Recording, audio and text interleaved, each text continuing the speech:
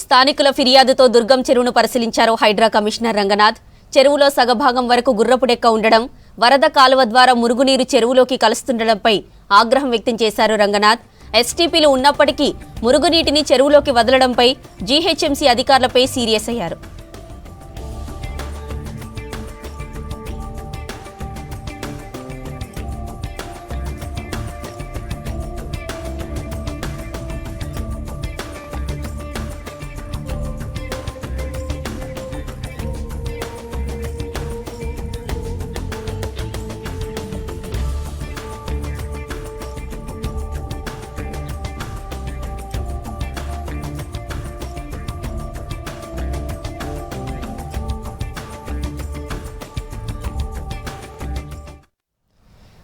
చెరువు అభివృద్ధి అంటే పై పనులు కాదని రహేజా సంస్థకు సూచించారు. మురుగునీరు, గుర్రపుడెక్క నియంత్రణపై తీసుకున్న చర్యలపై ప్రశ్నించారు. GHMC, Jalamandali, irrigation, Raheja Mindspace, Ramky సంస్థల మధ్య సమన్వయ లోపం, బాధ్యత లేకపోవడమే దుర్గంధానికి కారణమన్నారు హైడ్రా కమిషనర్ రంగనాథ్.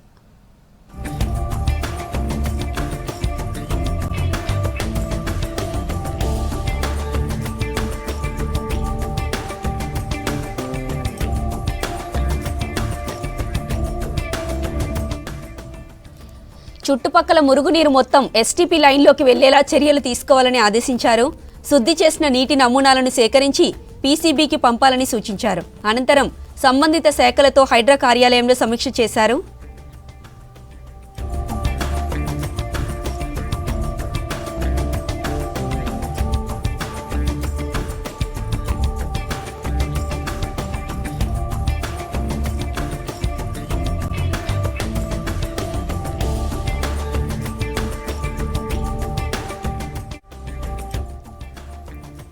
చుట్టుపక్కల మురుగునీరు మొత్తం ఎస్టీపీ లైన్లోకి వెళ్లేలా చర్యలు తీసుకోవాలని ఆదేశించారు. శుద్ధి చేసిన నీటి నమూనాలను సేకరించి పీసీబీకి పంపాలని సూచించారు. అనంతరం సంబంధిత శాఖలతో హైడ్రా కార్యాలయంలో సమీక్ష చేశారు. వరద కాలువలోకి మురుగునీరు వెళ్లకుండా పైప్ లైన్తో డైవర్షన్ పనులు చేయాలని నిర్ణయం తీసుకున్నారు. ఇక ట్రాఫిక్ డైవర్షన్ కు సహకరించాలని సైబరాబాద్ పోలీస్ కమిషనర్ను కోరారు. అనంతరం ఇరిగేషన్, విద్యుత్, జీహెచ్ఎంసీ, జలమండలి అధికారులతో చర్చించారు రంగనాథ్.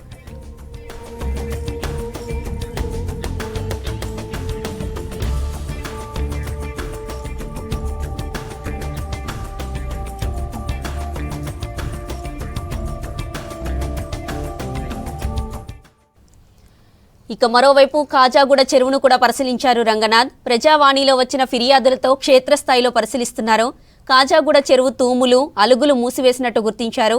చెరువు ఆనవాళ్లు కూడా లేకుండా చేయడంపై సీరియస్ అయ్యారు రంగనాథ్. చెరువు ఎఫ్టీఎల్ పరిధిలో షెడ్లు నిర్మించారు. తమదే భూమి అంటున్న వారి వద్ద ఉన్న పత్రాలను పరిశీలించాలని అధికారులను ఆదేశించారు. కాజాగూడ చెరువు కబ్జాలపై పూర్తి స్థాయిలో లెక్కలు తేల్చుతామన్నారు రంగనాథ్.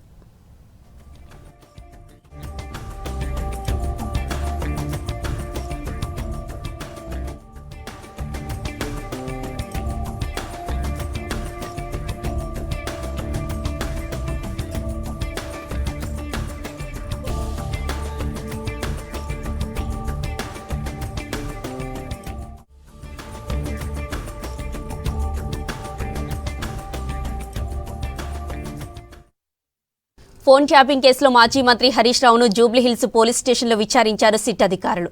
దాదాపు 7 గంటలకు పైగా ఎంక్వైరీ చేశారు. ఎస్ఐబీ మాజీ చీఫ్ ప్రభాకర్ రావుతో పాటు నిందితుల స్టేట్మెంట్ ఆధారంగా పలు ప్రశ్నలు వేశారు. హరీష్ రావు స్టేట్మెంట్ రికార్డు చేశారు సిట్ అధికారులు. ఇక కాంగ్రెస్ కుంభకోణాలు బయటపడుతున్నాయని సీఎం రేవంత్ రెడ్డి నోటీసులు ఇప్పించారని ఆరోపించారు హరీష్ రావు.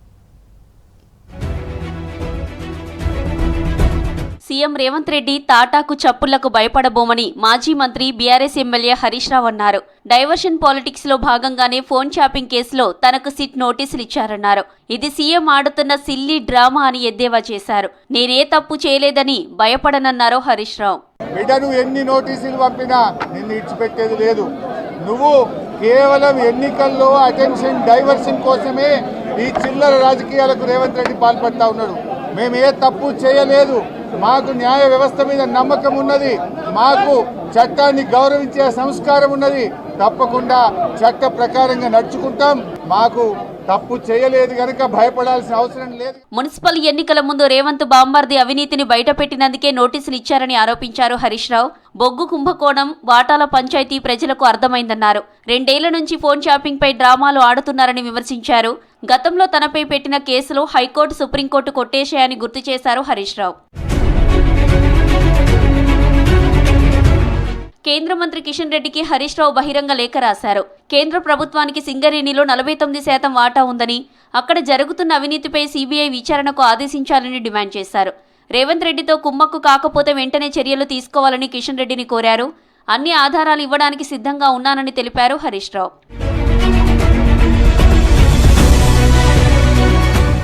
ఉదయం ఫోన్ షాపింగ్ కేసులో మాజీ మంత్రి హరీష్ రావు జూబ్లీహిల్స్ పీఎస్లో సిట్ విచారణకు అటెండ్ అయ్యారు. ఆయన వెంట వచ్చిన న్యాయవాదులను పీఎస్ లోపలికి అనుమతించలేదు పోలీసులు.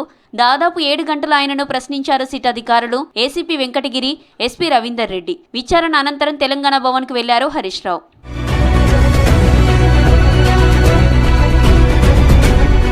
బొగ్గు స్కామ్పై సిట్టింగ్ జడ్జితో విచారణ జరిపించాలని డిమాండ్ చేశారు హరీష్ రావు.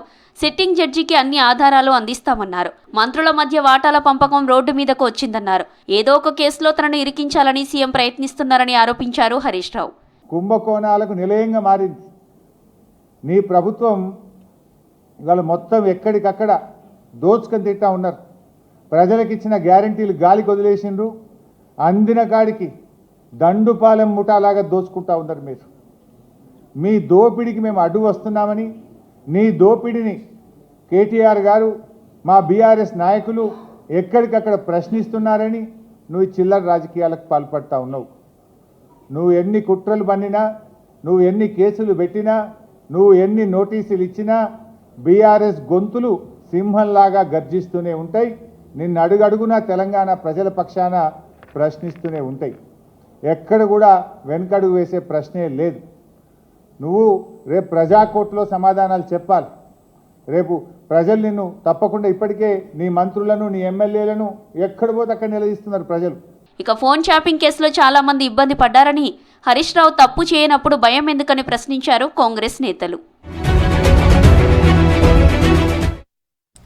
జీహెచ్ఎంసీలో సికింద్రాబాద్ కంటోన్మెంట్ విలీనం చేయాలని కాంగ్రెస్ ఎమ్మెల్యే శ్రీ గణేష్ కార్ఖానాలో రిలే నిరాహార దీక్ష చేపట్టారు. కంటోన్మెంట్ నామినేటెడ్ సభ్యుల పదవీకాలం పొడిగించడంపై ఆయన ఆగ్రహం వ్యక్తం చేశారు. రాష్ట్ర ప్రభుత్వాన్ని కేంద్ర ప్రభుత్వం ఖూనీ చేస్తోందని ఆరోపించారు. ఎలాంటి నిధులు లేని కంటోన్మెంట్ బోర్డు ద్వారా స్థానికంగా అభివృద్ధి ఆగిపోయిందన్నారు. జీహెచ్ఎంసీలో విలీనమైతే రాష్ట్ర సర్కారు సహకారంతో కంటోన్మెంట్ పూర్తి స్థాయిలో అభివృద్ధి చెందుతుందని తెలిపారు శ్రీ గణేష్. కంటోన్మెంట్ను జీహెచ్ఎంసీలో విలీనం చేయాలనే డిమాండ్తో స్థానిక కాంగ్రెస్ ఎమ్మెల్యే శ్రీ గణేష్ రిలే నిరాహార దీక్ష చేపట్టారు. రాష్ట్ర సంక్షేమ పథకాలు కంటోన్మెంట్లోని ప్రజలకు అమలు కాక ఇబ్బందులు పడుతున్నారని తెలిపారు. మున్సిపాలిటీలను కార్పొరేషన్లో కలుపుతూ సీఎం రేవంత్ రెడ్డి అభివృద్ధి చేస్తుంటే కంటోన్మెంట్ మాత్రం డెవలప్మెంట్కు దూరంగా ఉందన్నారు. జీహెచ్ఎంసీలో కంటోన్మెంట్ విలీనమయ్యే వరకు పోరాటం చేస్తామన్నారు ఎమ్మెల్యే శ్రీ గణేష్. కంటోన్మెంట్ బోర్డుని స్టేట్ గవర్నమెంట్లో ఉన్న కార్పొరేషన్లో విలీనం చేయాలని డిమాండ్తో ఈరోజు నిరాహార దీక్ష స్టార్ట్ చేయడం జరుగుతుంది. ముఖ్యంగా ఈ యొక్క డిమాండ్ ఏంటంటే, ఎన్నో సంవత్సరాల నుంచి ఈ ప్రాంత ప్రజలు ఇబ్బందులు పడుతున్నారు. అన్ని డెవలప్మెంట్ అయిపోతుంది చుట్టుముట్టు, కానీ మన కంటోన్మెంట్ బోర్డు లిమిట్స్ ఉన్న వాళ్ళు డెవలప్మెంట్ అయితలేదు. కావున ఇది డెవలప్మెంట్ కావాలంటే విలీనం ద్వారానే డెవలప్మెంట్ అవుతుంది. కంటోన్మెంట్ బోర్డుల్లో నిధులు లేక స్థానికంగా ఎలాంటి అభివృద్ధి జరగడం లేదని ఆందోళన వ్యక్తం చేశారు ఎమ్మెల్యే శ్రీ గణేష్. రాష్ట్ర ప్రభుత్వం నుంచి నిధులు తీసుకువచ్చి అభివృద్ధి చేద్దామన్నా వాటికి కంటోన్మెంట్ అధికారులు పర్మిషన్ ఇవ్వడం లేదన్నారు. విలీనంకి సరైన సమయం, ఎందుకంటే నిన్న కాకుండా మొన్న మళ్ళీ కేంద్ర ప్రభుత్వం ఒక నోటిఫికేషన్ ఇచ్చింది. మళ్ళీ నామినేటెడ్ వ్యవస్థని కొనసాగిస్తామని ప్రజాస్వామ్యాన్ని కూనీ చేస్తూ ఈ యొక్క నోటిఫికేషన్ రావడం, దీన్ని వ్యతిరేకిస్తూ ఇప్పుడు మళ్ళీ 1 year అని చెప్తున్నారు. 1 yearలో కూడా వాళ్ళకు టెక్నికల్గా ఏమంటారంటే ఈ సంవత్సరం దాకా ఈ నోటిఫికేషన్ వర్తిస్తుంది. ఈ మధ్యలో ఎవరైనా ఏమైనా మార్పులు చేర్పులు అయితే మళ్ళీ ఇది రద్దు అవుతుందని చెప్తున్నారు. కానీ ఇది గత 6 సార్లు నుంచి రద్దు కానీ ఇప్పుడు 7వసారి రద్దు అవుతుందా, మళ్ళీ ఇది రద్దు అవుతుందో లేదో ఇక ఇప్పటికే లేట్ అయింది. స్థానిక సంస్థ ఎలక్షన్లు లేక వాళ్ళ ఆంక్షలతో అనేక ఇబ్బంది. కాబట్టి ఏక్ మార్గ సబ్తు కూడా అన్నట్టు ఒకటే ఒక మార్గం, కంటోన్మెంట్ బోర్డు విలీనం అయితేనే సర్వరోగ నివారణ అవుతుందని భావించి దీనికి అందరం ఏకమై ఈ యొక్క నిరాహార దీక్ష కొనసాగుతాం. ఎమ్మెల్యే శ్రీ గణేష్ రిలే నిరాహార దీక్షకు మల్కాజ్గిరి మాజీ ఎమ్మెల్యే మైనంపల్లి హనుమంతరావు, ప్రజా గాయకుడు ఏపూరు సోమన్న మద్దతు తెలిపారు. కంటోన్మెంటులో అభివృద్ధి కుంటుపడుతుందన్నారు మైనంపల్లి హనుమంతరావు. కంటోన్మెంటును జీహెచ్ఎంసీలో విలీనం చేసే వరకు పోరాటం చేస్తామన్నారు. కేంద్ర ప్రభుత్వంపై ఒత్తిడి తీసుకువచ్చి ప్రజల డిమాండ్లను అమలు చేసే వరకు ఉద్యమం చేద్దామని తెలిపారు ఏపూరు సోమన్న. గణేష్ అన్నకు అండగా ఉంటాం, తప్పకుండా సాధించే వరకు నిద్రపోము. ఎందుకంటే డెవలప్మెంట్ కూడా కుంటుపడుతుంది. కేంద్ర ప్రభుత్వం మీద ఒత్తిడి తీసుకొచ్చి తప్పకుండా సాధించే దశల్నే ముందుకు పోదాం. విదిన్ నో టైం సాధించే వరకు కూడా ఇది కొనసాగించాలని చెప్పి కూడా గణేష్ గారికి విజ్ఞప్తి చేస్తా ఉన్నాను. జై గణేష్ అన్న, జై శ్రీ గణేష్. శాసనసభ్యునిగా ఒక ఎమ్మెల్యే స్థాయిలో వారి వాళ్ళ ఈ దీక్ష కూర్చోవడం, రీలే నిరాహార దీక్షను కూర్చొని దాన్ని సక్సెస్ఫుల్ గా ముందుకు తీసుకుపోవడం అభినందించిన విషయం. అన్నకు సంపూర్ణమైన మద్దతు ఇచ్చి ఈ కార్యక్రమాన్ని విజయవంతం చేసుకుందాం, దీన్ని సాధించుకుందాం. రాష్ట్ర బీజేపీ ఎంపీలు రాజకీయాలు వదిలేసి కంటోన్మెంట్ ప్రజల అభివృద్ధి కోసం కేంద్రంపై ఒత్తిడి తీసుకురావాలని డిమాండ్ చేశారు ఎమ్మెల్యే శ్రీ గణేష్. గ్రేటర్ హైదరాబాద్లో నిజాం కాలం నుంచి పశువుల జాతర ప్రతి ఏటా ఘనంగా జరుగుతుంది. సంక్రాంతి తర్వాత వచ్చే 2వ శుక్రవారం జరిగే జాతరలో అన్ని జాతులకు చెందిన ఆవులు, గేదెలు, ఎద్దుల క్రయ విక్రయాలు జరుగుతాయి. దేశ నలుమూలల నుంచి వేల సంఖ్యలో పాడి పశువులను తరలిస్తారు వ్యాపారులు. ఈ నెల 23వ తేదీన నార్సింగిలో జాతర జరగనుంది. పశువుల జాతరపై మరిన్ని డీటెయిల్స్ మా ప్రతినిధి మౌనిక అందిస్తారు. Mounika, over to you. ఈ సంవత్సరం కూడా నార్సింగిలో పశువు జాతర జరుగుతూ ఉంటుంది. ఈ పశువు జాతరకు ఇతర ప్రాంతాల నుంచి కూడా అనేక మంది ఇక్కడికి వచ్చి కూడా చూస్తూ ఉంటారు. ప్రజెంట్ మనము ఇక్కడే ఉన్నాము. ఈ ప్రాంతంలోనే ఎల్లుండి పశు జాతర జరగబోతుంది. చాలా వరకు అన్ని ఏర్పాట్లు కూడా జరుగుతూ ఉన్నాయి. మరి ఈ నిజాం కాలం నుంచి జరిగే ఈ జాతర కథ ఏంటి, ముఖ్యంగా ఏ ప్రాంతాల నుంచి ఇక్కడ వ్యాపారులు ఇక్కడికి అమ్మకానికి వస్తూ ఉంటారు తెలుసుకుందాం. మనతో పాటు ఈ వ్యవసాయ కమిటీ చైర్మన్ ఉన్న వారితో మాట్లాడదాం. ముఖ్యంగా నిజాం కాలం నుంచి జరుగుతున్న జాతర కావడంతో అనేక మంది కూడా ఇక్కడికి వచ్చి కూడా అమ్మకానికి వస్తూ ఉంటారు. మనం చూసుకోవచ్చు, ఇప్పటికీ అన్ని రకాల ఏర్పాట్లు కనిపిస్తున్నాయి. అన్న, ముఖ్యంగా నిజాం కాలం నుంచి అవుతున్న జాతర ఇది. ఎందుకు ఇక్కడ జరగాలి, అప్పటిలో ఎందుకు ఈ పండుగ చేయడం జరిగింది? ఇక్కడ every year Sankranti second week ఇక్కడ పశువులు రైతులందరూ వాళ్ళు పంటలు పండినాక, పంటలు కోసినాక ఎవ్రీ ఇయర్ ఇక్కడ వచ్చి పాత గేదెలు కానీ, బర్రెలు కానీ, ఆవులు కానీ ఇక్కడ ఇచ్చేసి కొత్తగా పంటలు పండాలి, సమృద్ధిగా పంటలు పండి అందరు బాగా చేస్తారు. ఇక్కడ ప్రత్యేకంగా ఏంటంటే నిజాం కాలం నుంచి ఇక్కడ సంత జరుగుతుంది. ఈ సంత జరిగితే ఇక్కడ వచ్చి ఈ గేదెలు చౌకగా ఉంటాయి, మంచిగా పాడి పంటలు పండాలని ఇక్కడికి వచ్చి రైతులందరూ కొంటుంటారు. వ్యాపారస్తులు, అలాగే డైరీ ఫామ్ వాళ్ళు, ఇక్కడ చుట్టుపక్కల గ్రామాల వాళ్ళు, ప్రతి ఒక్కరు ఇక్కడ వచ్చి ఇక్కడ బాగుంటాయి. కాబట్టి ఈ సంతకు నిజాం కాలం నుంచి పేరుంది. ఇక్కడ బర్రెలు కొన్నా, ఆవులు కొన్నా, గేదెలు కొన్నా వాళ్ళకు మంచిగా సమృద్ధిగా పంటలు పండుతాయి, ఈ పాలు బాగా ఇస్తాయి. ఇక్కడ కొంటే వాళ్ళకు శుభం కలుగుతుందని రైతులందరూ వచ్చి ఇక్కడ కొంటారు. సో దాదాపు ఒక సంవత్సరము ఎంత మార్కెట్ అవుతూ ఉంటుంది? ఏ ప్రాంతాల నుంచి ఆవులు, గేదెలు, బర్రెలు ఇవన్నీ వస్తూ ఉంటాయి? ముఖ్యంగా ఏ ప్రాంతంకి వచ్చిన వాటికి ఎక్కువ డిమాండ్ కనిపిస్తూ ఉంటుంది? ఇక్కడ నుంచి గుజరాత్, హర్యానా, దులియా, పంజాబ్ మరియు పొందూరు అని చిన్న ఆవులు ఉంటాయి. వాటికి చాలా ఫేమస్ ఇక్కడ. ఈ గుజరాత్, హర్యానా, దులియా నుంచి వచ్చే ఆవులు మంచి పాలు ఇస్తాయని వాటికి ఎక్కువ గిరాకు ఉంటుంది. ఇక్కడ తక్రీబన్ ఒక 10-15 కోట్ల దాకా ఇక్కడ సంత జరుగుతుంది. ఇక్కడ మొత్తం ఈ పరిసరాలను ఊరేగింపుగా తీసుకొచ్చి ఇక్కడ పెట్టి వాళ్ళకు చక్కగా వ్యాపారం చేసుకోనికి కానీ, పాలు ఎట్లుంటాయి ఏం కథ అన్నీ చెప్పి చౌకగా ఇక్కడ మార్కెట్ చేస్తారు. ఇక్కడ వచ్చిన రైతులకు, వ్యాపారస్తులకు అందరికీ నీటి సౌకర్యము, వసతి సౌకర్యము, మళ్ళీ భోజనం ఏర్పాట్లు ఈ మార్కెట్ కమిటీ నుంచి చేయడం జరుగుతుంది. ఎవ్రీ ఇయర్ ఇక్కడ పొద్దున పూజలు అవుతాయి. ఆవులకు అక్కడ నైవేద్యాలు పెట్టి గ్రామ పెద్దలు, ఇక్కడ ఉన్న పొలిటికల్ లీడర్స్ అందరు వచ్చి ఆవులను, గేదెలను అందరినీ పూజించి ఈ జాతరను ప్రారంభిస్తారు. ఇక్కడ పొందూరు ఆవు అని బాగుంటుంది, చిన్న గేదెలు ఇప్పుడు స్పెషల్గా అట్రాక్షన్. అలాగే దేవుని అవస్థ ఇక్కడ. మరి ఇక్కడ జాతరలో వాళ్ళకి అగ్గుగా ఈ మార్కెట్లో దొరికే బర్రెలు కానీ, ఆవులు దొరుకుతుంటాయా? ముఖ్యంగా జాతర రోజు ఎలాంటి వాతావరణం ఇక్కడ ఉంటుందో తెలుసుకుంటున్నాం. అన్న, చాలా ఏళ్ళుగా మీరు ఈ రంగంలో ఉంటూ ఉన్నారు కదా, సో ఈ పశు జాతర ఎలా ఉంటుంది? ఆ రోజు ఏ ప్రాంతాలకైనా ఎక్కువగా వస్తుంటారు? మేడం, మా నార్సింగ్ విలేజ్ది ప్రత్యేకత ఏదంటే ప్రతి స్టేట్ నుండి మా దగ్గర గేదెలు వస్తాయి. ప్రతి స్టేట్ ఒకటి మంచి క్వాలిటీ దొరుకుతుంది. ఏంటంటే ఏదన్నా సరే ప్రాబ్లం అయితే మా వాళ్ళు వ్యాపారస్తులు 99% రిటర్న్ తీసుకోవడానికి ఆస్కారం ఉంటుంది. వేరే మార్కెట్లో అది లేదు. ఇక్కడ గ్యారంటీ అంటే 2 పూటలు కాదు 4 పూటలు వండుకొని టైం టు టైం పాలు వండుకొని తీసుకోపోవచ్చు. మా నార్సింగ్ మార్కెట్లో ఇప్పుడు ఎందుకు కొన్ని 200 సంవత్సరాలు ఈ మార్కెట్ ప్రత్యేకత పశువుల మార్కెట్ గురించి ఇవన్నీ ఇప్పుడు వచ్చినాయి. అన్ని కొత్త ఇక ప్రతి మండలానికి రామారావు గారు పెట్టారు, మంచి పని చేసి వెళ్ళాడు. కానీ ఇది మాత్రం నార్సింగ్ ఇది మాత్రం నైజాం స్టేట్ నుండి ఉన్న మార్కెట్. ఇది జాతర రోజు అంటే చెప్తున్నా కదా, ప్రతి స్టేట్ వాడు వచ్చి ఇక్కడ గేదెలు అమ్ముతాడు. ప్రతి స్టేట్ నుండికెళ్ళి మేము తీసుకురావడానికి ఇష్టపడుతుంటాం. మంచి గేదెలు జాతి గేదెలు తీసుకురావడానికి ఇష్టపడుతుంటాం. మా దగ్గర వచ్చేది ముర్రా జాఫ్రిబాది.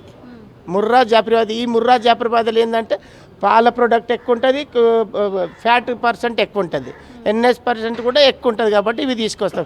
లాంగ్ టైం పాలు ఇస్తుంది. కాబట్టి ఎంత అమౌంట్ అంటే మేడం గేదెని బట్టి రేటు, దీనికి ఈ రేట్ అంటే అని చెప్పలేము మేము.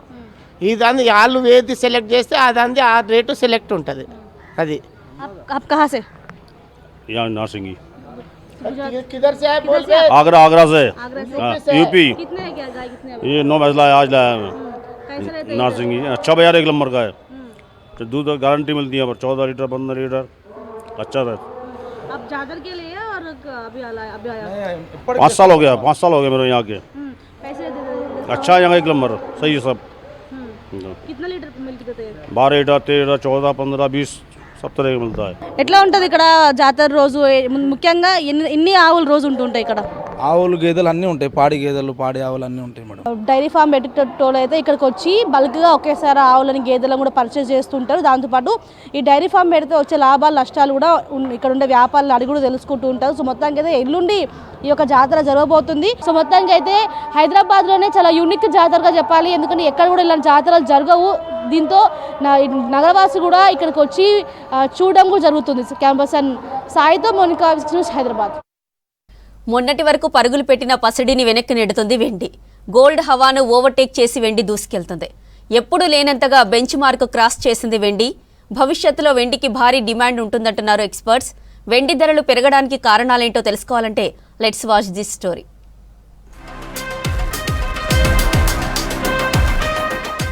బంగారం కాదు, ఇప్పుడు వెండి హవా నడుస్తోంది. సిల్వర్ ప్రజెంట్ గోల్డ్ అయింది. బంగారంతో పోలిస్తే వెండి ధరలు చుక్కలు చూపెడుతున్నాయి. సామాన్యుడికి వెండి పేరు చెబితే బాబోయ్ అనే రోజులొచ్చాయి. రోజు రోజుకు గంటకు ధరలు పెరుగుతూనే ఉన్నాయి. కేవలం నెల రోజుల్లోనే కిలో వెండి ధరలు ఏకంగా 1,00,000 పెరిగి హిస్టరీ క్రియేట్ చేసింది. ప్రస్తుతం కిలో వెండి 3,30,000 పెరిగింది.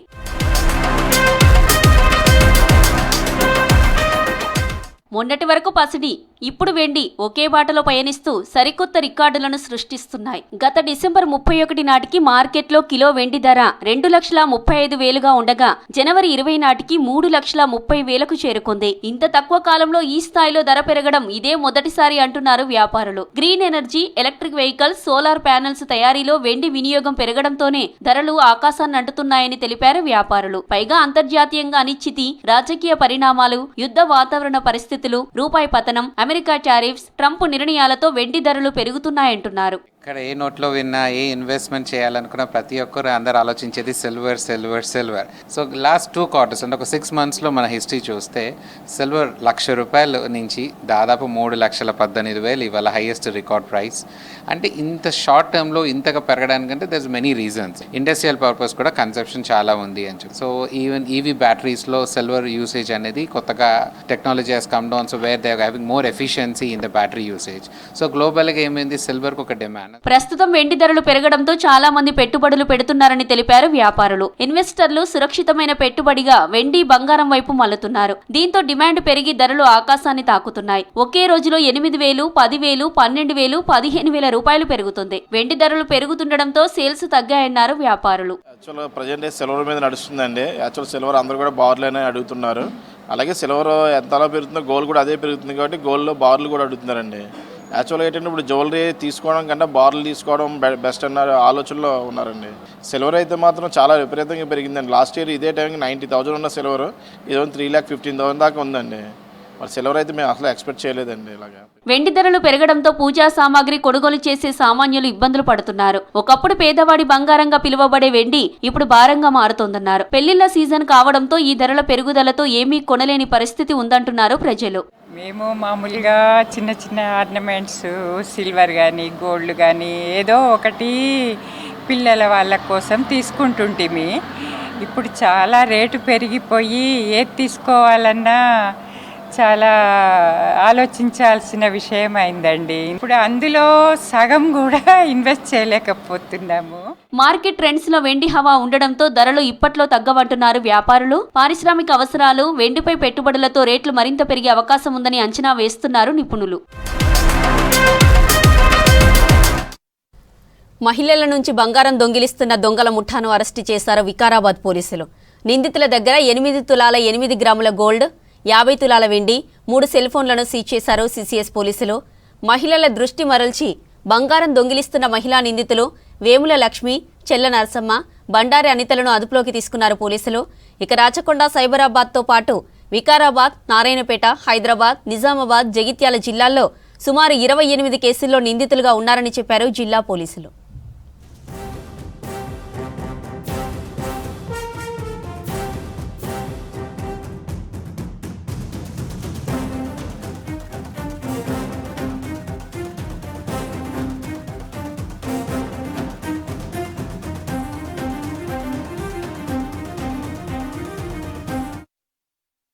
సంక్రాంతి పండుగ సెలవులు ముగియడంతో సిటీ బాట పడుతున్నారు జనం. గత 5 రోజులుగా ట్రాఫిక్ ఫ్రీగా కనిపించిన సిటీ రోడ్లు మళ్లీ వాహనదారులతో కిటకిటలాడుతున్నాయి. పంజాగుట్ట అరోరా కాలేజీలో విద్యార్థులకు ట్రాఫిక్పై అవగాహన కల్పించారు ట్రాఫిక్ పోలీసులు. ట్రాఫిక్ రద్దీతో ప్రజలకు ఇబ్బందులు కలగకుండా చర్యలు చేపడతామంటున్న ఏసీపీ మోహన్ కుమార్తో మా reporter Chandrashekar face to face. Hyderabad అనగానే మనకి ప్రధానంగా గుర్తొచ్చే సమస్య ట్రాఫిక్ సమస్య.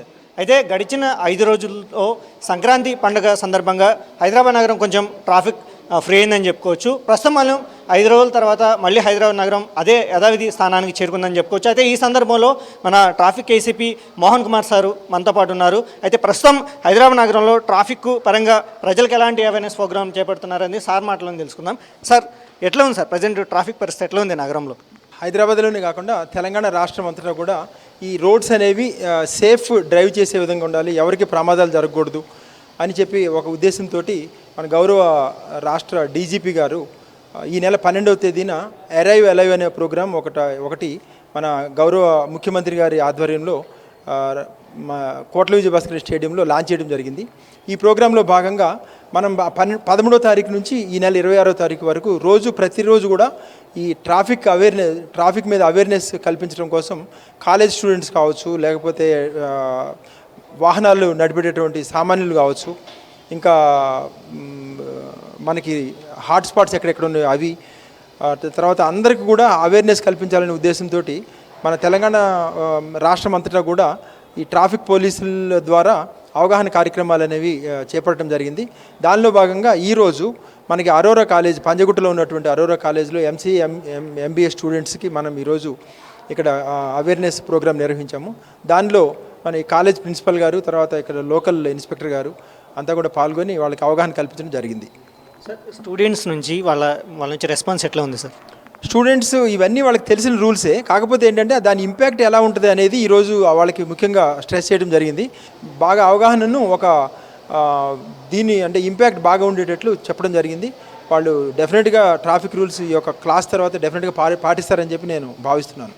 సార్, ఇప్పుడు ప్రధానంగా ట్రాఫిక్కు సంబంధించి మీ దగ్గరకు వస్తున్నటువంటి కేసుల్లో ఎక్కువగా ఎటువంటి కేసులు మీరు అబ్జర్వ్ చేస్తున్నారు సార్? అంటే ఎక్కువ మనకి ఏంటంటే యూత్ ఎక్కువ ఇన్వాల్వ్ అయి ఉంటారు. దాంట్లో హెల్మెట్ లేకపోవడం, అది తర్వాత సీట్ బెల్ట్ పెట్టుకోకపోవడం, డ్రంక్ అండ్ డ్రైవింగ్, రాంగ్ రూట్లో వెళ్ళటం, మైనర్స్ డ్రైవ్ చేయటం, వీటి ద్వారా ఎక్కువ ప్రమాదాలు జరుగుతున్నాయి. దీనివల్లే ఎక్కువ నష్టం జరగటం, ప్రాణాలు కోల్పోవడం ఇది జరుగుతుంది. దాని మీద మేము అవగాహన ఎక్కువ చేస్తున్నాం. అంటే మీ ఎక్కువగా యూత్ నుంచి ఎక్కువగా కేసులు నమోదవుతున్నాయా? అవును, యూత్ నుంచి ఎక్కువగా నమోదవుతున్నాయి. వాళ్ళకి మీరు ఇచ్చే సలహాలు, సూచనలు ఏంటి? మరి వాళ్ళకి ఏం లేదు, జాగ్రత్త పాటించాలి. రోడ్డు మీదకి వచ్చాము అని అంటే మనం ఎంత జాగ్రత్తగా అన్ని రకాల ఆలోచించుకొని ఉంటే తప్ప ఏమాత్రం నెగ్లిజెన్స్ ఉన్నా, ర్యాష్నెస్ ఉన్నా కూడా డెఫినెట్గా నష్టాలనే జరుగుతాయి. అవి లేకుండా మనం ఎప్పుడు అప్రమత్తంగా ఉంటే సరిపోతుంది. ట్రాఫిక్ రూల్స్ పాటిస్తే అవన్నీ కూడా ఇబ్బంది లేకుండా ఉంటుంది. సార్ వాళ్ళు ఒకవేళ మనకి లైసెన్స్ లేకపోయినా డ్రంక్ అండ్ డ్రైవ్ చేసిన ముఖ్యంగా యూత్ వాళ్ళ మీద తీసుకునే యాక్షన్ ఎలా ఉంటుంది సార్? చాలామందికి దీని మీద అవేర్నెస్ లేదు యూత్కి, వాళ్ళ మీద తీసుకునే యాక్షన్ ఎలా ఉండబోతుంది? అంటే చట్టం మనకి ఏదైతే ఉందో చట్టానికి లోబడి మనం యాక్షన్ తీసుకుంటే ఎవరైనా కావచ్చు అది. కాకపోతే ఏంటంటే డ్రంక్ అండ్ డ్రైవ్ ఉంటే మాత్రం ఫస్ట్ టైం దానికి ఫైన్ తోటి ఇది చేస్తారు. 200 మిల్లీగ్రామ్స్ కంటే ఎక్కువ రీడింగ్ వచ్చింది అంటే మాత్రం జైలు శిక్ష, రెండోసారి పట్టుబడితే మళ్ళీ జైలు శిక్ష, అట్లా పనిష్మెంట్ అనేది ఇంక్రీజ్ చేసుకుంటూ ఉంటుంది. దాని మీద కూడా అవగాహన కల్పించడం జరిగింది ఈరోజు. ఈ లైసెన్స్ అవి లేకపోవడం వల్ల అంటే రోడ్డు మీదకి వచ్చి వాహనాలు నడిపితే అది సరిగ్గా నాలెడ్జ్ లేకుండా నడిపితే కూడా ప్రమాదాలు జరుగుతాయని ఇవన్నీ కూడా వాళ్ళకి చెప్పడం జరిగింది. సార్ ఇప్పుడు గడిచిన 5 రోజులు సంక్రాంతికి ట్రాఫిక్ అంతగా లేదు కదా హైదరాబాద్లో, ఇప్పుడు ఎట్లా ఉంది సార్ ప్రజెంట్? సంక్రాంతి తర్వాత ఎట్లా ఉంది? సంక్రాంతి తర్వాత వీకెండ్ వచ్చింది, వీకెండ్ మళ్ళీ సండే తోటి ముగిసింది. సండే రోజు నుంచి కొంచెం ఎక్కువ ఇదైంది. నిన్న మండే మార్నింగ్ కూడా వివిధ గ్రామాలకు వెళ్ళినటువంటి ప్రజలంతా కూడా ఊళ్ళ నుంచి రిటర్న్ వస్తున్నారు హైదరాబాద్కి. అంటే మేము ప్రత్యేకమైనటువంటి ఏర్పాటు కూడా చేయడం జరిగింది. బస్ స్టాండ్స్ దగ్గర ఎక్కువ ట్రాఫిక్ జామ్ కాకుండా, తర్వాత ఎక్కడెక్కడైతే ఈ ట్రావెల్స్ బస్సెస్ ఆగే ప్లేసెస్ ఉన్నాయో అక్కడ కూడా మెన్ని ట్రాఫిక్ పర్సనల్ పోస్ట్ చేసి వాళ్ళందరినీ కూడా అంటే వాళ్ళ గమ్యస్థానానికి చేరడానికి ఎక్కువ టైం కాకుండా మేము ట్రాఫిక్ ఏ విధమైన చర్యలు తీసుకోవాలని టైంతో సంబంధం లేకుండా మార్నింగ్ కూడా ఎర్లీ మార్నింగ్ కూడా మేము డిప్లాయ్మెంట్ జరుగుతుంది. ఎక్కువగా ఏ రూట్లలో ట్రాఫిక్ ఎక్కువ ఉన్నట్టు మీరు అబ్జర్వ్ చేస్తున్నారు? ఎక్కువ మనకి ఇటు ఆంధ్ర అంటే మనకి 65 national highway 65 Vijayawada to Hyderabad ఇది బాగా ఎక్కువ రష్ ఉంటుంది. దాని తర్వాత ఇంకా బెంగళూరు కొంచెం తక్కువ ఉంటుంది. ఇటు మనకి అదర్ తెలంగాణ డిస్ట్రిక్ట్లో కూడా కొంచెం తక్కువ ఉంటుంది. ముఖ్యంగా యూత్ చూసుకుంటే మాత్రం వాళ్ళు ఎవరైతే లైసెన్స్ లేకుండా ఎక్కువగా ఆల్కహాల్ తీసుకుని ఎవరైనా బైక్ డ్రైవ్ చేస్తే మాత్రం కఠిన చర్యలు ఉంటాయని చెప్పేసి ఏసీపీ చెప్పడం జరుగుతుంది. కెమెరామెన్ సైదులతోటి చంద్రశేఖర్, V6 న్యూస్, హైదరాబాద్. బలపం పట్టి అక్షరాలు దిద్దాల్సిన చేతులను రక్షించేందుకు కృషి చేస్తుంది రాష్ట్ర సర్కార్. బాల కార్మికులు, యాచకులు, తప్పిపోయిన పిల్లలను గుర్తించి తల్లిదండ్రుల చెంతకు చేర్చేందుకు ఆపరేషన్ స్మైల్ కార్యక్రమాన్ని చేపట్టింది. కష్టాల చెర నుంచి విడిపించి ఎంతో మంది చిన్నారుల ముఖాల్లో నవ్వులు నింపారు పోలీసులు. ఆపరేషన్ స్మైల్తో వేల సంఖ్యలో పిల్లలను కాపాడి వారి బంగారు భవిష్యత్తుకు బాటలు వేసింది పోలీసు శాఖ.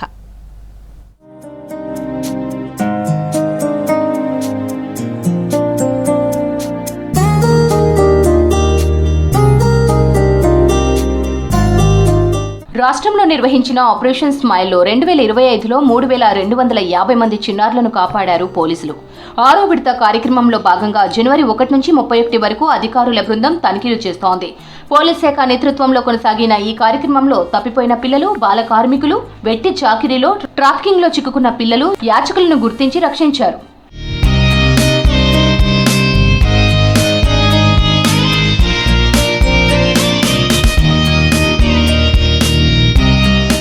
ఆపరేషన్ స్మైల్లో మొట్టమొదటిసారిగా చైల్డ్ ట్రాక్ పోర్టల్, ముఖ కవలికలను గుర్తించే దర్పణ్ సాంకేతిక పరిజ్ఞానాన్ని ఉపయోగించడంతో సత్ఫలితాలను ఇస్తోందన్నారు పోలీసులు. కల్వకుర్తి, కుషాయిగూడ పోలీస్ స్టేషన్ పరిధిలో తప్పిపోయిన 2 పిల్లలను దర్పణ్ అప్లికేషన్ సాయంతో గుర్తించి తల్లిదండ్రులకు అప్పగించారు. బాల కార్మికులు ఎక్కువగా ఉండే ప్రాంతాలను తెలుసుకొని వాటిని బ్లాక్ స్పాట్లుగా గుర్తించారు. ప్రధానంగా రైల్వే స్టేషన్లు, బస్ స్టేషన్లు, మతపరమైన స్థలాలు, ట్రాఫిక్ కూడళ్లు, మెకానిక్ షాపులు, ఇటుక బట్టీలు, టీ స్టాళ్ల దుకాణాలపై ప్రత్యేక దృష్టి సారించారు పోలీసులు.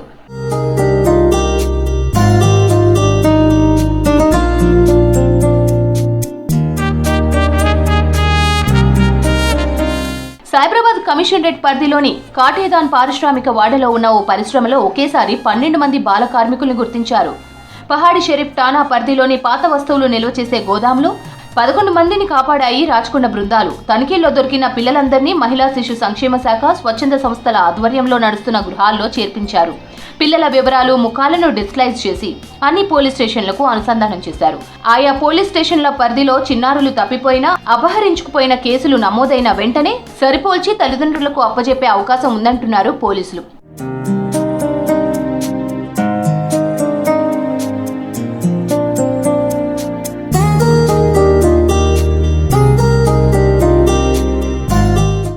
అక్రమంగా తరలించే వారిపై ప్రత్యేక నిఘా పెట్టారు పోలీసులు. గతేడాది జూలైలో నిర్వహించిన ఆపరేషన్ ముస్కాన్లో భాగంగా పిల్లలను పనిలో పెట్టుకున్న 411 మందిపై కేసులు నమోదు చేశారు. అత్యధికంగా 404 మంది చిన్నారులను రక్షించారు సైబరాబాద్ పోలీసులు.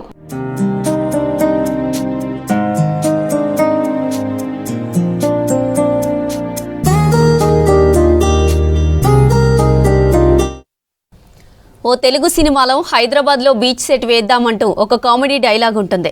కానీ అది కామెడీ కాదు. ఇప్పుడు నిజంగానే హైదరాబాద్లో బీచ్ రాబోతుంది. అదేంటి, సముద్రం లేని హైదరాబాద్లో బీచ్ అనుకోవద్దు. అదే దీని స్పెషాలిటీ. సిటీ అవుట్స్కర్ట్స్లోని కోత్వాల్గూడలో త్వరలోనే ఈ ఆర్టిఫిషియల్ బీచ్ని అందుబాటులోకి తీసుకురానుంది రాష్ట్ర సర్కార్.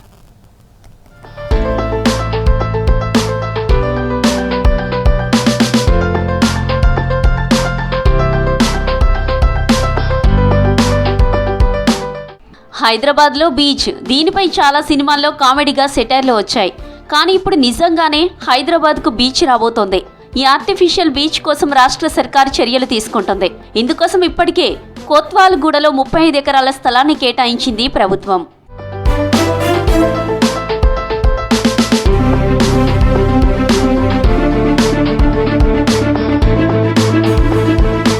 టూరిజం శాఖ ఆధ్వర్యంలో పబ్లిక్ ప్రైవేట్ పార్ట్నర్షిప్లో దీనిని తీసుకురాబోతున్నారు.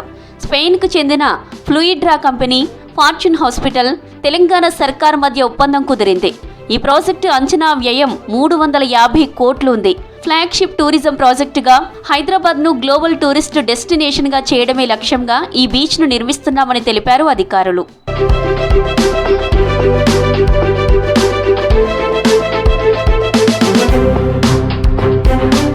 మల్టీ ఫీచర్ రిసార్ట్ ఎంటర్టైన్మెంట్ జోన్లా ఉండే విధంగా ప్రణాళికలు చేస్తోంది సర్కార్. 10 ఎకరాల విస్తీర్ణంలో బీచ్ నిర్మాణం, మిగిలిన 20 ఎకరాల్లో విలాసవంతమైన ప్రైవేటు విల్లాలు నిర్మించనున్నారు. భారీ మ్యాన్ మేడ్ లేక్, ఇసుక తీరాలు, వేవ్ పూల్స్తో నిజమైన బీచ్ లానే దీనిని నిర్మించనున్నారు. ఈ బీచ్లోని నీళ్లను శుద్ధి చేయడానికి ప్యూరిఫికేషన్ టెక్నాలజీని వినియోగించనున్నారు. ఫ్లోటింగ్ విల్లాలు, luxury hotels, stay facilities activation beach ప్రాజెక్టులో ఉండబోతున్నాయి. Bungee jumping, sailing, skating, beach volleyball లాంటి యాక్టివిటీలకు ప్రత్యేక జోన్లు ఏర్పాటు చేస్తామని తెలిపారు అధికారులు.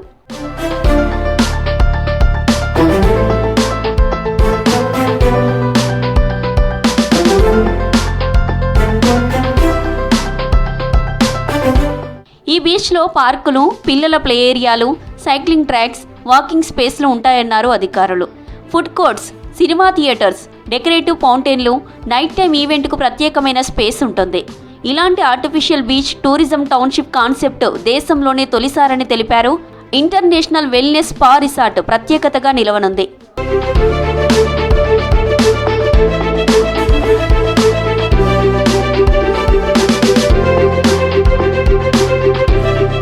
అంతర్జాతీయ పర్యాటకులు హైదరాబాద్కు విధంగా 5 స్టార్ రిసార్ట్స్ ఏర్పాటు చేయనున్నారు. ప్రకృతిలో మమేకమై ఆయుర్వేదిక్ థెరపీలు, యోగా, మెడిటేషన్ క్లాసెస్, ట్రీట్మెంట్ అందే విధంగా international wellness spa and resort త్వరలోనే అందుబాటులోకి వస్తుందన్నారు పర్యాటక శాఖ అధికారులు.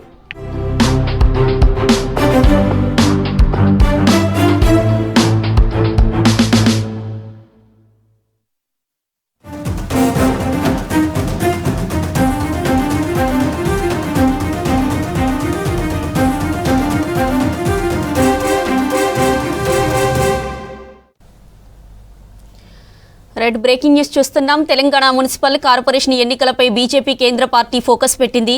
జాతీయ అధ్యక్షుడిగా బాధ్యతలు తీసుకున్న మొదటి రోజే తెలంగాణ మున్సిపల్ కార్పొరేషన్ ఎన్నికల కోసం ఇన్ఛార్జీలను నియమించారు నితిన్ నవీన్. ఇక ఎన్నికల కోసం ఇన్ఛార్జ్, కో ఇన్ఛార్జీలను నియమించారు బీజేపీ జాతీయ అధ్యక్షుడు నితిన్ నవీన్. తెలంగాణ బీజేపీ ఎన్నికల ఇన్ఛార్జిగా మహారాష్ట్ర మంత్రి ఆశీష్ షెలార్, కో ఇన్ఛార్జీలుగా రాజస్థాన్ మాజీ రాష్ట్ర అధ్యక్షుడు అశోక్ పర్నామి, రాజ్యసభ ఎంపీ రేఖా శర్మలను నియమించారు నితిన్ నవీన్.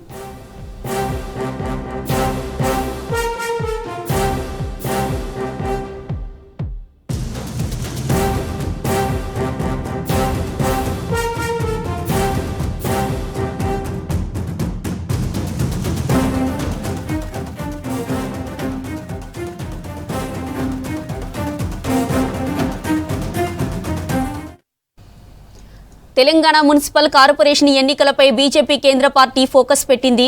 జాతీయ అధ్యక్షుడిగా బాధ్యతలు తీసుకున్న మొదటి రోజే తెలంగాణ మున్సిపల్ కార్పొరేషన్ ఎన్నికల కోసం ఇన్ఛార్జీలను నియమించారు నితిన్ నవీన్. ఎన్నికల కోసం ఇన్ఛార్జ్, కో ఇన్ఛార్జీలను నియమించారు బీజేపీ జాతీయ అధ్యక్షుడు నితిన్ నవీన్. తెలంగాణ బీజేపీ ఎన్నికల ఇన్ఛార్జిగా మహారాష్ట్ర మంత్రి ఆశీష్ షెలార్, కో ఇన్ఛార్జీలుగా రాజస్థాన్ మాజీ రాష్ట్ర అధ్యక్షుడు అశోక్ పర్నామి, రాజ్యసభ ఎంపీ రేఖా శర్మలను నియమించారు నితిన్ నవీన్.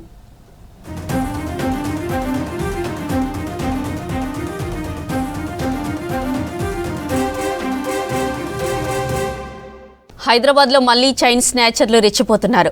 కొంతకాలంగా చైన్ దొంగతనాలు ఊసేలేని నగరంలో ఒకే రోజు గంటలో 3 ప్రాంతాల్లో చైన్ స్నాచింగ్కు పాల్పడ్డారు దొంగలు. చైతన్యపురి, నాగోల్, హయత్ నగర్ పోలీస్ స్టేషన్ల పరిధిలో ఈ ఘటనలు జరిగాయి.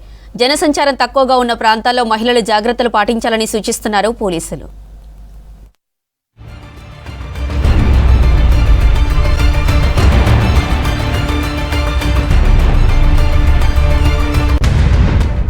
నగరంలో మళ్లీ చైన్ స్నాచర్లు చేతివాటం ప్రదర్శిస్తున్నారు. ఒంటరిగా వెళ్తున్న మహిళలను టార్గెట్గా చేసుకుని స్నాచింగ్లకు పాల్పడుతున్నారు.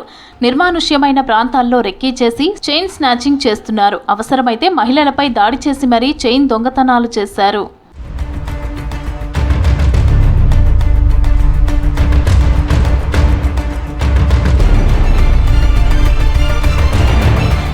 చైతన్యపురి ఆర్కేపురం కాలనీలో కిరాణా షాప్కి వెళ్తున్న ఆదిలక్ష్మి అనే మహిళ మెడలో పుస్తెల్ తాడు అపహరించారు దొంగలు. పోలీసులకు ఫిర్యాదు చేయడంతో సీసీటీవీ ఫుటేజ్ ఆధారంగా దర్యాప్తు చేస్తున్నారు పోలీసులు. నాగోల్ పిఎస్ పరిధిలో మన్నెమ్మ అనే మహిళ కొడుకు ఇంటికి వెళ్తున్న సమయంలో వెనక నుంచి వచ్చి ఆమె మెడలోని 2.5 తులాల పుస్తెల్ తాడు ఎత్తుకెళ్లారు స్నాచర్స్.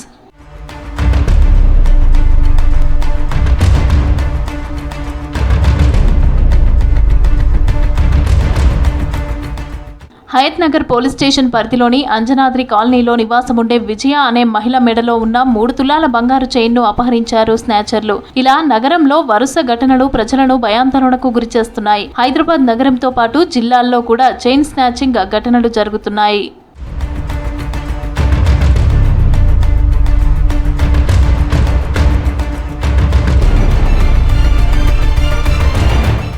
ఒంటరిగా వెళ్లే మహిళలు అప్రమత్తంగా ఉండాలని సూచిస్తున్నారు పోలీసులు. కొత్తగా వచ్చే వారిపై అనుమానం వస్తే వెంటనే తమకు సమాచారం అందించాలన్నారు పోలీసులు.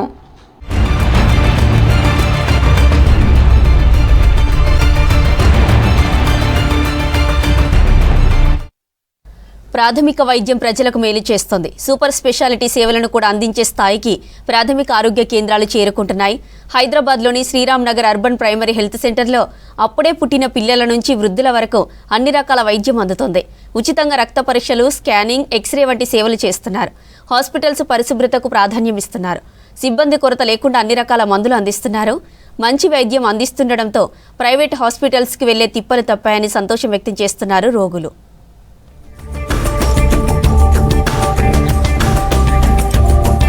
రాష్ట్రంలో ప్రాథమిక ఆరోగ్య కేంద్రాలను బలోపేతం చేస్తుంది ప్రభుత్వం. గతంతో పోలిస్తే ఇప్పుడు ప్రైమరీ హెల్త్ సెంటర్లలో ట్రీట్మెంట్ క్వాలిటీ పెరిగిందన్నారు హైదరాబాద్ జిల్లా వైద్యాధికారి డాక్టర్ వెంకట్. హైదరాబాద్లోని యూసఫ్గూడలోని Sriram Nagar urban primary health centre ప్రైవేటుకు ధీటుగా వైద్యం అందిస్తోంది. ప్రతి ఏటా వైద్య విద్య పూర్తి చేసుకునే వారి సంఖ్య పెరగడం, నర్సులు, ఇతర సిబ్బందిని ప్రభుత్వం నియమించడంతో కొరత తీరిందన్నారు. రోగుల సంఖ్య కూడా పెరిగిందన్నారు. ప్రైవేట్లో ₹1000 ఖర్చు అయ్యే రక్త పరీక్షలు కూడా ఉచితంగా చేస్తున్నామని తెలిపారు డాక్టర్ వెంకట్. సో బేసిక్గా ఇక్కడ ఉన్నటువంటి డాక్టర్ అయితే ప్రైమరీ హెల్త్ సెంటర్ డాక్టర్ ఏదైతే ఉన్న అశ్రితారాయణ అమ్మాయి ఉందో ఆ అమ్మాయి చాలా బాగా కేర్ తీసుకుంటా ఉంది. సో నేను ఇంతకుముందు విజిట్ చేయడం కూడా జరిగింది. ఆ హాస్పిటల్ విజిట్ చేసినప్పుడు తను చేసిన సెన్సెస్ కూడా నేను చూడడం జరిగింది. అండ్ ప్రెగ్నెంట్ ఉమెన్స్ అందరినీ వాళ్ళు పిఎస్సి నుంచి కాల్ చేస్తున్నారు. అంటే ఇక్కడ రిపోర్ట్స్ ఏ విధంగా జనరేట్ చేస్తున్నారంటే బెనిఫిషరీ డ్రివెన్ రిపోర్ట్స్ అనేటివి జనరేట్ అవుతూ ఉన్నాయి. సో మీరు ఏం ఫుడ్ తీసుకుంటా ఉన్నారు, మీరు మరి ఈసారి రావాలి, మీరు రావాలి అనే ఇట్లా ఒక ఇన్ఫర్మేషన్ అనేది మేము అక్కడ ఫాలోఅప్ అనేది చేస్తూ ఉన్నాం. సో ప్రతి ప్రెగ్నెంట్ ఉమెన్కి ఆ విధంగా కాల్స్ వెళ్తాయి. ప్రెగ్నెంట్ ఉమెన్ వాళ్ళ గురించి చెప్తారు. ఎస్, ఆశా నాకు తెలుసు, ఆశా నాకు సర్వీస్ ఇస్తుంది, ఏఎన్ఎం సర్వీస్ ఇస్తుంది అనేది మేము హైదరాబాద్లోని ప్రతి ప్రాథమిక ఆరోగ్య కేంద్రంలో చేశాము. శ్రీరామ్ నగర్ అర్బన్ ప్రాథమిక ఆరోగ్య కేంద్రంలో అన్ని రకాల వసతులు ఉన్నాయన్నారు డాక్టర్ ఆశ్రిత. ఓపీ రిజిస్ట్రేషన్ అయ్యాక వైద్యుడు చూడడం, అవసరమైతే రక్త పరీక్షలు, ఎక్స్రే, స్కానింగ్ వంటివి సైతం అందుబాటులో ఉన్నాయని తెలిపారు. ఉదయం 9 నుంచి సాయంత్రం 4 గంటల వరకు చికిత్స చేస్తున్నామని తెలిపారు. రోజు 60 నుంచి 100 మంది రోగులు వస్తున్నారని తెలిపారు. అన్ని రకాల మెడికేషన్స్ ఉన్నాయి. వైటమిన్ B12 ఉంది, D3 ఉంది. సో ఏజ్ రిలేటెడ్లో వాళ్ళకి వీక్నెస్ ఉన్నా ఇవన్నిటికీ కూడా మనం మెడికేషన్ ప్రొవైడ్ చేస్తున్నాము. అండ్ మెయిన్గా హోల్ ఇన్ ఆల్ ఓవరాల్గా హెల్త్ కేర్ ఫ్రమ్ పుట్టిన బిడ్డ నుంచి వాళ్ళు వృద్ధాప్యం వరకు కూడా అంత కంప్లీట్ హెల్త్ కేర్ని మనం ప్రొవైడ్ చేయగలుగుతున్నాము. అండ్ డెలివరీస్ కూడా మనం గవర్నమెంట్కి మోటివేట్ చేస్తున్నాము. మెడిసిన్స్ అన్నీ ఉన్నాయి, మనకి ఇంజెక్షన్స్ కూడా ఉన్నాయి, ఎమర్జెన్సీ మెడికేషన్స్ ఉన్నాయి, డాగ్ బైట్స్ ఉన్నా కూడా మనకి usually 60 to 70 OP on regular basis. And then మన మెయిన్గా ANC డేస్ ఉంటాయి అండ్ 1 or 2 సర్వీసెస్ అని వెహికల్ కూడా యూజ్ చేసుకుంటాం. సో కేవలం అది ప్రెగ్నెంట్ ఉమెన్ని వాళ్ళ ఇంటి దగ్గర నుంచి ఇక్కడికి తేవడం లేదా నీలోఫర్ కానీ గాంధీకి తీసుకెళ్ళడం ఇవి కూడా మనం చేస్తున్నాము. గర్భిణీలకు 8 నెలల వరకు ఇక్కడే చూస్తామని తెలిపారు డాక్టర్స్. నెలలు నిండిన తరువాత ప్రసవం కోసం CHCకి పంపిస్తామన్నారు. పుట్టిన పిల్లలకు టీకాలు వేస్తామని తెలిపారు. వృద్ధులకు జెరియాట్రిక్ సేవలు కూడా అందిస్తామన్నారు. రోగులకు బీపీ, షుగర్ వంటి వ్యాధులకు మందులు ఇస్తున్నామని తెలిపారు డాక్టర్ ఆశ్రిత. గర్భిణీ స్త్రీలను ముందుగానే మనం నమోదు చేసుకోవడం, వారికి ముందుగానే మనం ఫోలిక్ యాసిడ్ మందుల నుంచి ఐరన్, కాల్షియం ఈ మందులు ఇవ్వడం, వాళ్ళకి బ్లడ్ టెస్ట్లు అన్ని రకాల బ్లడ్ టెస్ట్లు మన దగ్గర జరుగుతుంది. ముఖ్యంగా రక్తహీనత కావచ్చు, థైరాయిడ్ కావచ్చు. మొదటి 3 నెలల్లో మనకి ఈ ఇబ్బందులు ఏమన్నా ఉంటే పిల్లలకు కూడా ఇబ్బంది ఉండే ఛాన్సెస్ ఉంటుంది. కాబట్టి యాజ్ సూన్ యాజ్ పాసిబుల్ మనము వాళ్ళకి రక్త పరీక్షలు నిర్వహిస్తున్నాము. దాని నుంచి వాళ్ళకి ట్రీట్మెంట్ కూడా స్టార్ట్ చేస్తాము. అదేవిధంగా మనము స్కాన్ చేస్తాము. స్కాన్ చేసి స్కాన్లో బిడ్డ ఎలా ఉంది అనేది మదర్కి ఎక్స్ప్లెయిన్ చేసి తను ప్రెగ్నెన్సీ టైంలో మొత్తం కూడా ఎటువంటి ఆహారం తీసుకోవాలనేది కౌన్సిలింగ్ ఇస్తున్నాం. న్యూట్రిషన్ కౌన్సిలింగ్ కూడా జరుగుతుంది. రోగులకు నాణ్యమైన వైద్య సేవలతో పాటు అన్ని రకాల వైద్యం చేస్తోంది. శిశువుల నుంచి వృద్ధుల వరకు అవసరమైన వైద్యం అందించే స్థాయికి ప్రాథమిక ఆరోగ్య కేంద్రాలను తయారు చేస్తున్నారు అధికారులు. ప్రైవేటు హాస్పిటల్కు దీటుగా శానిటేషన్ మెయింటైన్ చేస్తున్నారు. ప్రాథమిక ఆరోగ్య కేంద్రాల్లో కూడా రోగులు వస్తున్నారు. గతంలో వసతులు లేక సిబ్బంది ఉండక వైద్యం అందక ప్రజలు ఇబ్బందులు పడేవారు. కానీ ఇప్పుడు పరిస్థితులు మారిపోయాయి. ప్రైవేటు హాస్పిటల్లో అందే చికిత్సను సర్కారు ఆసుపత్రులు అందిస్తున్నాయి. వ్యాక్సిన్ వేసాము. అంటే ఆ 2 years కంటే ఇప్పుడు ఇంకా కొంచెం అప్డేట్ అయిందని అనిపించింది. నీట్గా అయితే మెయింటైన్ చేస్తున్నారు. డాక్టర్లు బాగా చూస్తున్నారు. నవంబర్ నుండి ఇక్కడికి వస్తున్నాను. ఇక్కడ ఎన్వైరన్మెంట్ అంతా బాగుంది. ఒక 3 monthsలో నాకు రికవర్ అయ్యి ఇప్పుడు 85 నుండి నార్మల్కి వచ్చేసింది అనమాట. అందుకని ఇంకో టెస్ట్ చేయమన్నారు. తర్వాత కంట్రోల్ అయిపోతుందని చెప్పారు. మామూలుగా అయితే చూసిన విధానం అన్ని టెస్టులు చేసే వాళ్ళ ల్యాబులు కానీ డాక్టర్ గారి అందరూ ఫ్రెండ్లీ నేచర్గా బాగా చూసుకోవడం కానీ వచ్చినప్పుడు రెస్పెక్ట్ ఇవ్వడం కానీ ఈ క్లీనింగ్ కూడా బాగుందన్నమాట. ఇక్కడ ప్రభుత్వ వైద్యంలో అన్ని రకాల సేవలు అందుబాటులో ఉండటంతో వీటిని వినియోగించుకోవాలని ప్రజలకు సూచిస్తున్నారు డాక్టర్స్.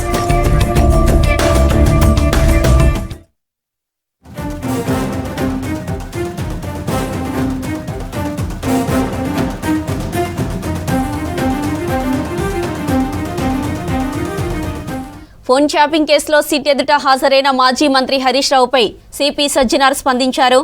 సిట్ అడిగిన ప్రశ్నలకు హరీష్ రావు సమాధానాలు చెప్పినట్లు చెప్పారు.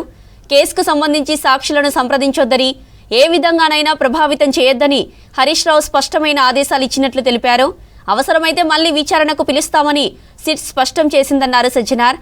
అటు సుప్రీంకోర్టు ఆదేశాల ఉల్లంఘనపై తప్పుడు ప్రచారాలు నమ్మొద్దన్నారు సిపి సజ్జనార్.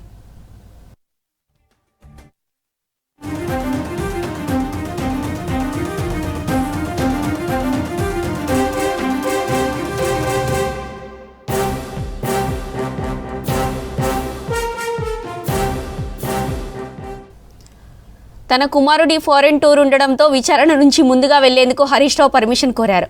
హరీష్ రావు రిక్వెస్ట్ను పరిగణలోకి తీసుకుని సిట్ విచారణ ముగించినట్లు సజ్జనార్ చెప్పారు. కేసులో రాజకీయ నాయకులు, వ్యాపారవేత్తలపై ఫోన్ ట్యాపింగ్ ఆరోపణలపై ఎంక్వైరీ కొనసాగుతుందన్నారు. కేసులో ఇప్పటికే కొంతమంది నిందితులపై ఛార్జిషీట్ ఫైల్ చేశామన్నారు హైదరాబాద్ సిపి సజ్జనార్. ఇక ఇదే విషయానికి సంబంధించిన మరిన్ని డీటెయిల్స్ ఇక సిట్ ఎదుట హరీష్ రావు హాజరుపై సిపి సజ్జనార్ స్పందించారు. దీనిపై మరిన్ని డీటెయిల్స్ మా ప్రతినిధి అజయ్ అందిస్తారు. అజయ్, అప్డేట్స్ ఏంటి? రాష్ట్ర వ్యాప్తంగా సంచలనం రేపిన ఫోన్ ట్యాపింగ్ కేసులో ఈ రోజు ఒక మేజర్ కేసుకు సంబంధించిన డెవలప్మెంట్ అని చెప్పుకోవాలి. బీఆర్ఎస్ ముఖ్య నేత మాజీ మంత్రి హరీష్ రావుని ఈ రోజు సిట్ అధికారులు దాదాపు 7 గంటలకు పైగా కూడా విచారించారు. అతని నుండి పూర్తి స్థాయిలో కూడా ఇన్ఫర్మేషన్ తీసుకున్న సిట్యువేషన్. అయితే హరీష్ రావు విచారణ పూర్తయిన తర్వాత ఈ రోజు ఉదయం నుండి కూడా హరీష్ రావు ఎప్పుడైతే విచారణకు వస్తున్నాడు అనేది ఎప్పుడైతే తెలిసిన తర్వాత కొంతవరకు వేరే రకమైన ప్రచారం జరుగుతుంది. హరీష్ రావు సంబంధించి ఈ ఫోన్ ట్యాపింగ్ కేసులో సుప్రీంకోర్టే ఈ కేసుని కొట్టేసింది. అయినా కూడా ఉద్దేశపూర్వకంగానే హరీష్ రావుని ఇబ్బంది పెట్టే దిశగానే ఈ విధంగా విచారణకు పిలుస్తున్నారు చేస్తున్నారు అనే కొంత మేరకు అసత్య ప్రచారం జరుగుతున్న క్రమంలో ఈ హరీష్ రావు విచారణకు సంబంధించి కొద్దిసేపటి క్రితమే హైదరాబాద్ సిపి ఇప్పుడు సిట్ కి చీఫ్ గా ఉన్నటువంటి సజ్జనార్ ఒక ప్రకటన విడుదల చేశారు. ఈ రోజు హరీష్ రావు విచారణకు సంబంధించి దర్యాప్తు అధికారి ఎదుట హరీష్ రావు విచారణకు హాజరయ్యారు. హరీష్ రావుని ఏ కోణాల్లో విచారించాలో అంటే ఫోన్ ట్యాపింగ్ సంబంధించి ఆల్రెడీ సిట్ అధికారులు కొంత ఎవిడెన్స్ సేకరించడంతో పాటు కొందరు స్టేట్మెంట్స్ కూడా ఆల్రెడీ రికార్డ్ చేశారు. ఆ స్టేట్మెంట్స్ లో హరీష్ రావు పేరు ఎవరెవరైతే ప్రస్తావించారో వాళ్ళకి సంబంధించి హరీష్ రావుకి వాళ్ళకి ఉన్న సంబంధాలపైన పూర్తి స్థాయిలో ఆరా తీయడం జరిగింది అనేది చెప్పడంతో పాటు మెయిన్ గా ఈ రోజు హరీష్ రావు విచారణకు వచ్చిన తర్వాత ఈ రోజు హరీష్ రావు కుమారుడు విదేశాలకు వెళ్లే పరిస్థితి, ఆ ప్రయాణం ఉంది కాబట్టి మినహాయింపు ఇవ్వాలి అని హరీష్ రావు కోరినందుకు ఆ అభ్యర్థిని అంగీకరిస్తూ విచారణని ఈ రోజు ముగించాము. కానీ అవసరమైతే మళ్ళీ విచారణకు పిలుస్తాము అనేది కూడా చాలా క్లియర్ గా సజ్జనార్ ఈ ప్రకటనలో చెప్పిన సిచ్యువేషన్. దాంతో పాటు ఇప్పటికే విచారణకు సంబంధించి ఫోన్ ట్యాపింగ్ కేసులో ఎవరెవరైతే ఇన్వాల్వ్ అయ్యారు అనేది ఉందో అంటే సాక్షులు కావచ్చు లేకపోతే ఇతరేతర వాళ్ళు ఎవరైతే ఉన్నారో వాళ్ళని ప్రభావితం చేసే విధంగా ఎవరితో కూడా మాట్లాడొద్దు అనేది కూడా సిట్ అధికారులు హరీష్ రావుకు చెప్పిన పరిస్థితి. ఇంకా ఈ కేసు సంబంధించిన దర్యాప్తు కొనసాగుతుంది అనేది కూడా చాలా క్లియర్ గా సజ్జనార్ ప్రకటనలో చెప్పిండ్రు. దాంతో పాటు ఈ కేసుకు సంబంధించి కొందరు నిందితులపైన ఇప్పటికే ఛార్జ్ షీట్లు కూడా దాఖలు చేసినట్లు ఆయన చాలా క్లియర్ గా చెప్పిన సిచ్యువేషన్. మెయిన్ గా హరీష్ రావు విచారణకి సంబంధించి ముందు నుండి కూడా ఒక ప్రచారం జరిగింది. హరీష్ రావుకి సుప్రీంకోర్టులో క్లీన్ చిట్ ఇచ్చిన తర్వాత కూడా ఎందుకు పిలుస్తున్నారు అనేది ఒక ప్రచారం జరిగింది. కానీ చాలా క్లియర్ గా హరీష్ రావు పైన చక్రధర్ గౌడ్ అనే వ్యక్తి కంప్లైంట్ చేశారు. ఆ కంప్లైంట్ చేసిన తర్వాత అది హరీష్ రావు తెలంగాణ హైకోర్టును ఆశ్రయించాడు. తెలంగాణ హైకోర్టు దాన్ని క్లాస్ చేసిన తర్వాత తెలంగాణ రాష్ట్ర ప్రభుత్వం సుప్రీంకోర్టుకు వెళ్ళింది. అక్కడ దానిలో మాత్రమే హరీష్ రావుకి రిలీఫ్ లభించింది. కానీ పంజాగుట్టలో నమోదైనటువంటి ఈ ఫోన్ ట్యాపింగ్ కేసులో సుప్రీంకోర్టు ఎలాంటి గైడ్ లైన్స్ ఇవ్వలేదు. కానీ సుప్రీంకోర్టు ఆదేశాలను కూడా బేఖాతరు చేస్తున్నారు. సుప్రీంకోర్టు ఆదేశాలని పట్టించుకోకుండా సిట్టు వ్యవహరిస్తుంది అని ఏదైతే అసత్య ప్రచారం జరుగుతుందో దాన్ని నమ్మొద్దు అనేది చాలా క్లియర్ గా SIT chief Hyderabad CP Sajjanar ఈ ప్రకటనలో చెప్పారు. సో మొత్తానికి హరీష్ రావుని మళ్ళీ ఒకసారి కూడా విచారణకి పిలిచే అవకాశాలు ఉన్నాయనే ఒక సంకేతాలు కూడా దీంట్లో మనకి చాలా క్లియర్ గా అర్థమవుతుంది. అవసరమైతే మళ్ళీ విచారణకి పిలుస్తాము అనేది కూడా ఆయన చాలా క్లియర్ గా ఈ ప్రకటనలో మెన్షన్ చేశారు. కాబట్టి హరీష్ రావుని మళ్ళీ అవసరం అనుకుంటే విచారణకి పిలిచే అవకాశాలు ఉన్నాయి. దాంతో పాటు సిట్టు దృష్టిలో ఎవరెవరి పైన ఈ ఫోన్ ట్యాపింగ్ వ్యవహారంలో ఆరోపణలు ఎదుర్కొన్నారో అభియోగాలు ఉన్నాయో ఎవరెవరు ఇన్వాల్వ్మెంట్ ఉందని కొంతవరకు సస్పెక్ట్ ఉందో వాళ్ళందరినీ కూడా సిట్ అధికారులు నోటీసులు ఇచ్చి విచారించే అవకాశం ఉంది. అయితే ఈ రోజు సుదీర్ఘంగా 7.5 గంటల పాటు కూడా హరీష్ రావుని విచారించిన ఎపిసోడ్ సంబంధించి మాత్రం సిట్ చీఫ్ సజ్జనార్ ఒక ప్రకటనలో చాలా క్లియర్ గా అతని వద్ద నుండి చాలా క్రెడిబుల్ ఇన్ఫర్మేషన్ సేకరించడంతో పాటు అవసరం అనుకుంటే మళ్ళీ హరీష్ రావుని విచారణకి పిలిచే అవకాశాలు కూడా ఉన్నాయి అనేది ఆయన చాలా క్లియర్ గా చెప్పిన పరిస్థితి ఉంది. Jyothi. Right Ajay, thank you.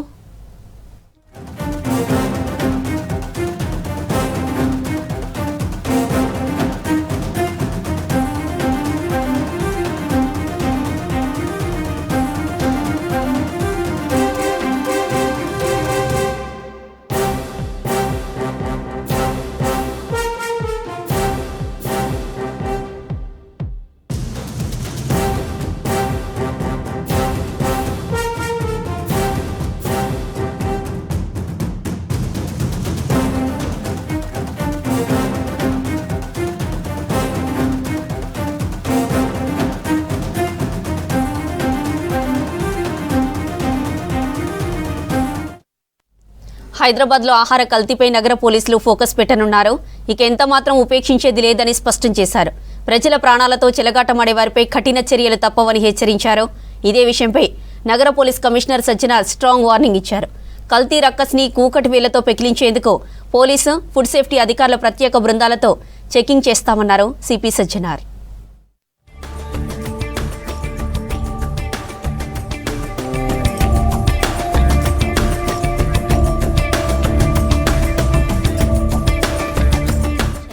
ఆహార ఆహార కల్తీని తాము చిన్నపాటి నేరంగా చూడటం లేదన్నారు. ఇది ప్రజల ప్రాణాల మీదకు తెచ్చే హత్యాయత్నంగానే పరిగణిస్తామని తేల్చి చెప్పారు. కేవలం రోడ్డు పక్కన ఉండే చిరు వ్యాపారులనే కాకుండా కల్తీకి మూలమైన తయారీ కేంద్రాలపై కూడా దాడులు చేస్తామని స్పష్టం చేశారు. ఇందుకోసం ప్రత్యేకంగా స్టాండర్డ్ ఆపరేటింగ్ ప్రొసీజర్ను రూపొందించి అమలు చేస్తామన్నారు సిపి సజ్జనార్.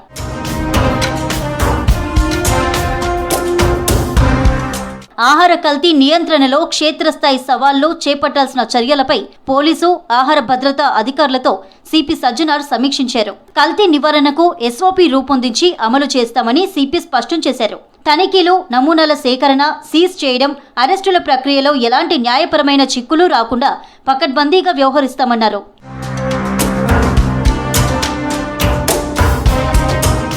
వ్యాపారులు నాణ్యతా ప్రమాణాలు ఖచ్చితంగా పాటించాల్సిందేనని స్పష్టం చేశారు సిపి. కల్తీ కేసుల్లో పదే పట్టుబడితే వారి వ్యాపార లైసెన్సులు శాశ్వతంగా రద్దు చేయిస్తామని వార్నింగ్ ఇచ్చారు. ప్రజారోగ్యానికి హాని తలపెట్టే కల్తీ మాఫియాపై పీడీ యాక్ట్ ప్రయోగించడానికి కూడా వెనకాడబోమని హెచ్చరించారు.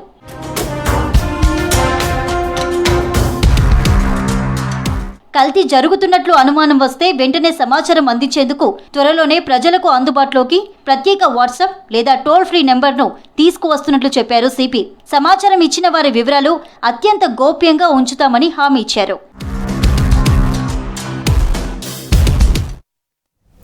ఇవి Hamara Hyderabad updates. Stay tune TV 6 news.